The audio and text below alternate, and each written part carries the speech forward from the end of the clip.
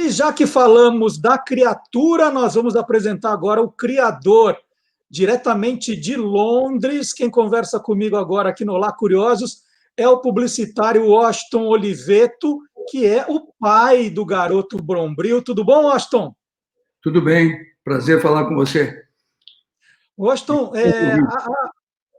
a Bombril fez alguma espécie de briefing, alguma coisa do personagem ou veio assim de repente na sua cabeça? Não, deixa eu te contar. O Garoto Bombril foi criado em 1978. E foram dois, na verdade, os criadores, eu e o Francesc Petit. Na época eu trabalhava na DPZ, o Petit, um dos criadores da própria DPZ, um diretor de arte brilhante. Naquele momento, nós tínhamos ganho a conta da Bombril, um pedaço da conta da Bombril, não inteira, os novos produtos, e tínhamos que fazer um comercial para o Lava-Louças Bril. Naquele momento, um cara que fazia muito sucesso com a mulherada toda, que era o target prioritário, era o Nuno Leão Maia. Ele era o bonitão das novelas da Globo. E ele tinha estrelado um comercial onde ele dizia que ajudava a mulher a lavar a louça. E aí eu pensei em fazer um comercial com ele, dizendo que ele ajudava a mulher a lavar a louça, porque existia um detergente chamado Bril que não estragava as mãos. Ele podia continuar a ter mãos delicadas. E ele, que é o machão do momento, no final do comercial desmunhecava. Aquele comercial fez muito sucesso, isso foi em 1977, e por causa disso nós ganhamos a conta de todos os novos produtos da Bombril. Em 1978, a Rede Globo começou a passar a novela Gabriela, estrelada pela Sônia Braga, onde o Marco Nanini, muito jovem, fazia um personagem muito delicado, um professor que a mulherada também adorava. Eu, naquele momento, já vinha observando algumas coisas que davam a entender que começava a ter um momento em que as mulheres estavam mais interessadas na inteligência do Woody Allen do que nos músculos do John Wayne. Uhum. Comentei isso com o Petit, falei, puxa, gente, eu acho que tem oportunidade para criar um primeiro personagem masculino que anuncia um produto de limpeza. Porque até aquele momento, os produtos de limpeza eram anunciados por mulheres em comerciais que tratavam a mulher ou como se ela fosse uma química, uma engenheira, falando uma linguagem inteligível, ou como se ela fosse uma bobinha, porque faziam os testes artificiais, veja como isso ficou mais branco, coisas que ninguém acreditava. Aí a gente criou o personagem, a Bombril foi sensacional, aprovou na hora. A Bombril já tinha o slogan Bombril tem 1001 utilidades, que é um slogan que vem dos anos 50, do início dos anos 50, quando a Bombril já investia em publicidade. Mas eram comerciais muito convencionais. Eles aceitaram a ideia de fazer um personagem homem fazendo, e eu queria. Basicamente, eu escrevi o personagem para ele ser extremamente delicado, respeitoso com a mulher, até um pouco feminino, porque eu queria que os homens não gostassem dele.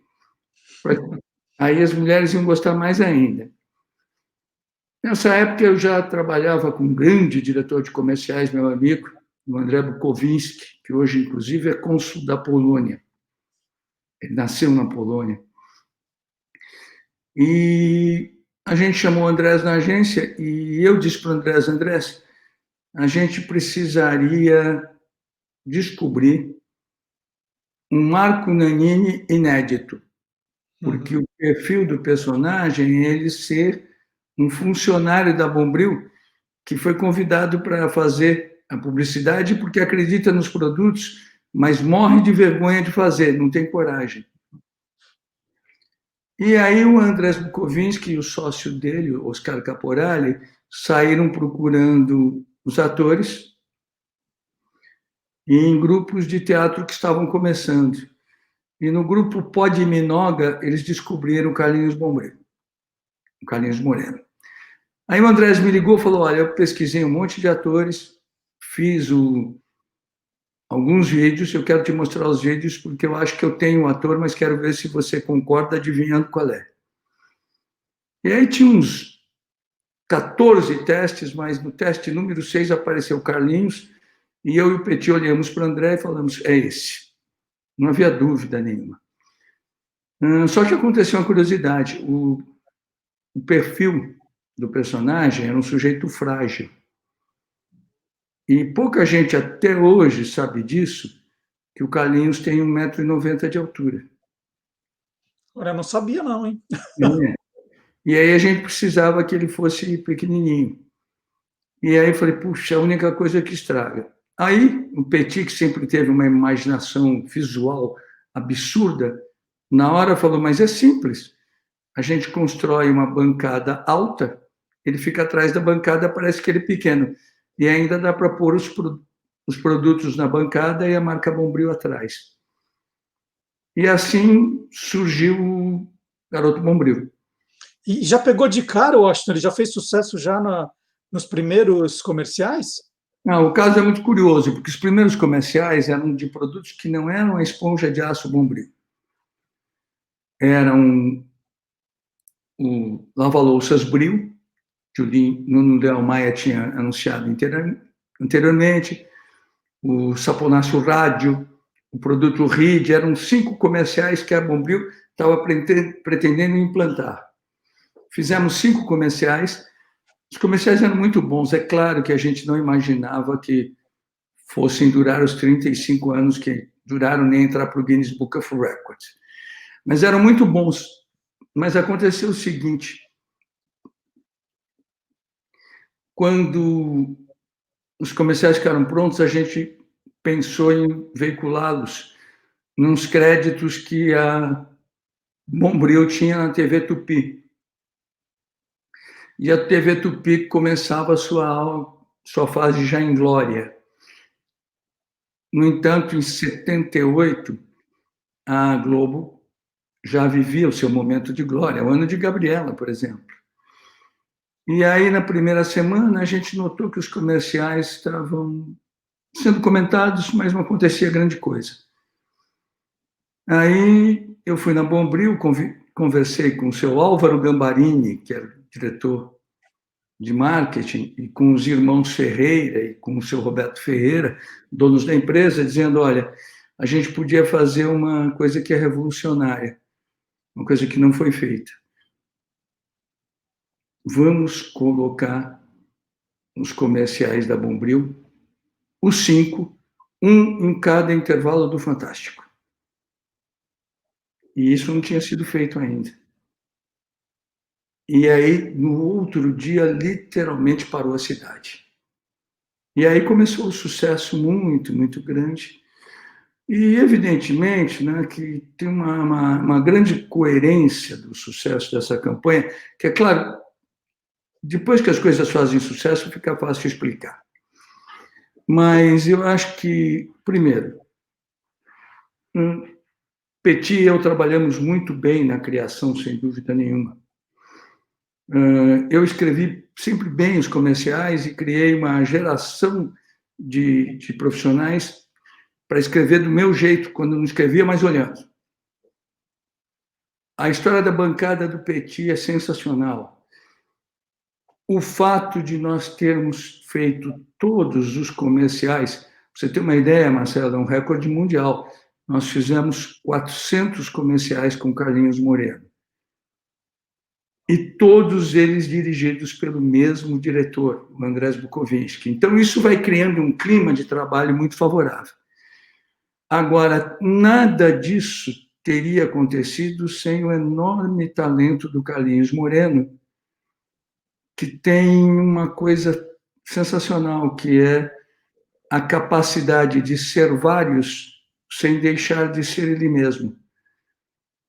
E aí, nos 35 anos da campanha, nós pudemos, com o mesmo ator, fazer uma coisa raríssima, que foi criar coisas com todas as possibilidades que a comunicação oferece. Normalmente, uma campanha tem um perfil. Com a Bombril, sem perder o original, a gente fez humor, a gente fez racional, a gente fez emocional, a gente fez musical, fez todo tipo de coisa, porque o talento do Carlinhos permite. E é também curioso, porque depois, quando eu saí da DPZ, como eu era responsável pela parte maior do personagem, que era a parte verbal, a Bombril optou por trabalhar com a W Brasil. E eu tenho, com o Carlinhos, nesse tempo inteiro, uma relação praticamente telepática, e com o Andrés também.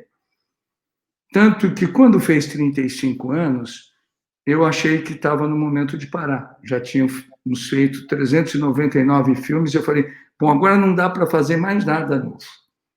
Então, parar. Mas, curiosamente, a gente acabou fazendo um filme 400, isso é confidencial ainda, mas não é para o teu programa, juntos, os três, que não é para Bombril, mas é o Carlinhos, eu, como criador, e o Andrés como diretor, porque eu vou lançar uma série de podcasts e vai ter um comercial do podcast que tinha que ser com o Carlinhos Moreno. Que legal. Mas Washington, esses 35 anos eram divididos por fases? Fala assim, agora tem uma fase em que personalidades começam a contracenar com o Carlinhos. Agora é um momento que tem mais uma crítica mais social, política. Ou não? Era sempre misturado isso? Não, o que aconteceu nesses 35 anos é que a gente tinha um briefing original, que era falar da qualidade daqueles produtos já existentes, lançar novos produtos, manter o produto carro-chefe da companhia, que a gente acabou ganhando, a esponja de aço Bombril, cada vez mais atual,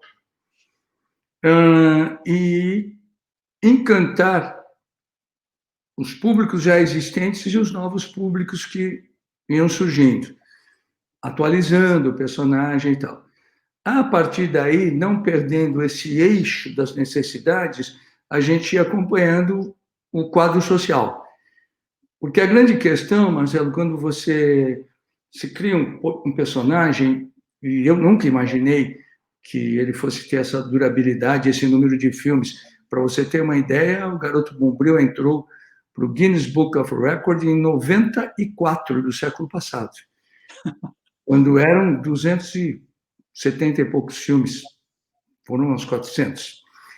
Mas você precisa fazer uma coisa que eu chamo que é administrar a biografia do personagem. Você vai trabalhar com o presente dele, mas você precisa imaginar qual foi o passado e como será o futuro. E aí, dentro disso, a gente foi fazendo coisas, às vezes com a característica da oportunidade, jamais do oportunismo, às vezes com a característica da necessidade. Vou te dar um exemplo. Teve um ano em que a Bombril tinha vendido a empresa e depois recomprou um pedaço da empresa e não tinha dinheiro para fazer mídia eletrônica. E foi assim que a gente resolveu fazer aquela campanha de mídia impressa com o Carlinhos parodiando na contracapa da Caras e de vez em quando da Veja a figura que tinha se destacado naquela semana. E aquilo virou um vício e os parodiados amavam, e quem não tinha sido parodiado ainda reclamava porque não tinha sido.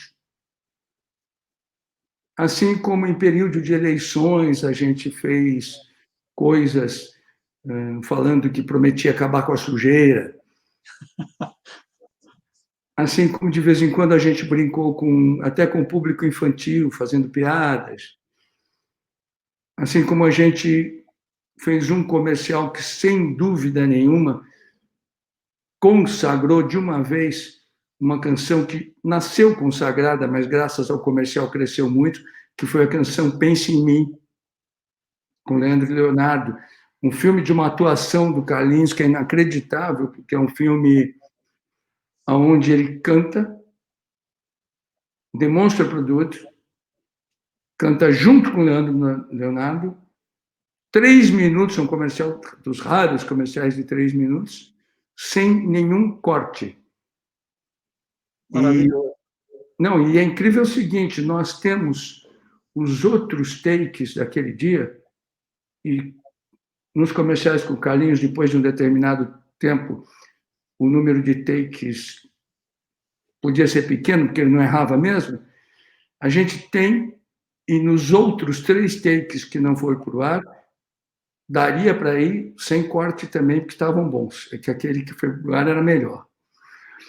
E a gente fez coisas, desculpe, Marcelo, a gente fez coisas, por exemplo, únicas na publicidade mundial. A gente teve um ano onde a gente misturou o Garoto Bombril com os outros personagens da publicidade que estavam fazendo sucesso. Com o Sebastião da C&A, com o Bom de Boca, com o Fernandinho. Uhum. Isso também protagonizou juntos. A gente comemorou essa semana, eu acho, o aniversário do Pelé. O Pelé foi o personagem mais difícil de criar alguma coisa ali com o Carlinhos?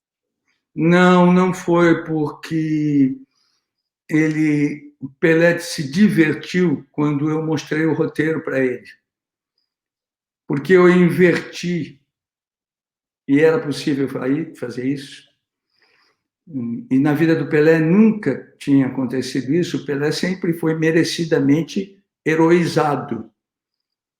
E no comercial dele com o Carlinhos, que tem o Bombril em cima da bancada, o Carlinhos fala: só ele brilha, só ele tem mil utilidades, só ele é isso, só ele é aquilo, e o Pelé vai fazendo aquela cara de estar falando de mim.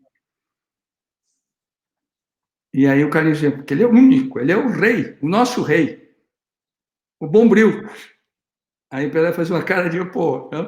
Aí o Carlinhos olha para o Pelé e fala: sabe que eu estou te conhecendo de algum lugar? E essa filmagem teve uma coisa totalmente atípica que eu jamais imaginei ver na minha vida. Eu, por atitude na minha vida profissional, eu sempre briefei muito bem os diretores e sempre dei liberdade para eles. Por isso, de propósito, eu não vou a filmagens. Porque senão o diretor fica preocupado em cuidar do criador ao invés de cuidar do filme. Uhum. E até porque, se eu for a filmagem, me tira o direito de, eventualmente, dizer que não gostei de alguma coisa, eu sou cúmplice daquilo. Então, eu não vou a filmagens, em princípio. Das poucas filmagens que eu fui nessa minha vida profissional, que vem desde os 18 anos de idade, né? Eu sou uma espécie de pré-história dessa história, foi o filme do Carlinhos com o Pelé, porque o Andrés Bukovinski me pediu, falou: o Pelé perguntou se você vinha, eu não conheço o Pelé pessoalmente, ele queria falar com você, aparece aí. E eu vi uma cena única, né?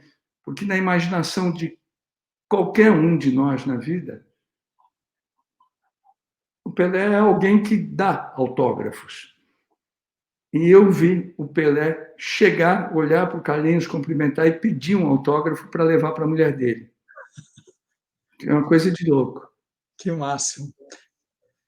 Washington, eu queria agradecer esse papo, que eu gostaria que ficássemos horas aqui falando, mas a gente não tem tempo, mas agradecer muito a sua participação no nosso programa 1001, você era presença obrigatória hoje aqui. E conta mais um pouquinho, quando é que começa o seu podcast, então? Olha, a gente está... Eu estou gravando quando eu tiver 13 prontos, o que significa são 3 meses. Deve começar. Ainda eu tenho 9, até porque eu quero ter uma visão de conjunto, não tem pressa. Quem está cuidando disso para mim é o meu querido amigo Ricardo Scalamandré, um dos homens mais talentosos da comercialização de mídia no Brasil. A gente sabe que não vai ganhar dinheiro com isso, mas vai ser divertido fazer. Se ele se pagar, já está muito bom. Está ficando gozado, porque tem índices de infalibilidade, o que é fundamental. Então tem prêmio, tem coisas, mas também tem campanha que deu errado, tem histórias engraçadas. Tem um dia que eu recebi um prêmio da Jennifer O'Neill, que na época era a mulher mais bonita do planeta, fazendo o verão de 42, eu tinha 19 anos de idade, ela tinha 23. Eu fiquei olhando para a cara dela em Los Angeles, deixei o prêmio cair no chão, quando ela me entregou o prêmio, quase no pé da mulher. Então, é folclórico, está ficando bem feitinho, acho. Já tem nome, Washington? Hein? Já tem nome? É WCast, né? Tem que ser. Uhum. Legal. E essa primeira série sou eu contando histórias da minha vida de todo o tipo. Por exemplo, a festa em que o meu querido Jorge Benjor, na festa da W, criou o refrão Alô, Alô, W Brasil. Então, esses 13 dão 3 meses assim. Depois, pretensiosamente, se o pessoal começar a gostar, eu vou começar aí a convidar pessoas para fazer juntos. Aí também, depois, de vez em quando, posso botar uns amigos meus aqui de Londres. Enfim, essa vocação enorme para palpiteiro que eu tenho, né? Só uma última coisa, mais uma última curiosidade sobre Carlinhos Moreno, Bombril e tal. Entre outras coisas, por exemplo, Carlinhos Moreno estrelou, a pedido deles para mim, que são meus amigos, junto com os Titãs, um clipe dos Titãs. Outra coisa única, né? Muito legal. Washington, muito obrigado de novo pela sua gentileza aí em conversar comigo nesse programa tão especial. E mande notícias do WCast para a gente, tá bom? Parabéns pelo teu trabalho, que eu acompanho há anos, o teu trabalho de jornalista, de editor, de cara de televisão, de YouTube, de tudo. Parabéns aí, divirta-se. Muito obrigado, viu, Washington? E agora aqui no Olá Curiosos, a gente continua nessa pegada publicitária com o nosso intervalo comercial retrô, é o Clube do Jingle, com o professor Fábio Dias chegando.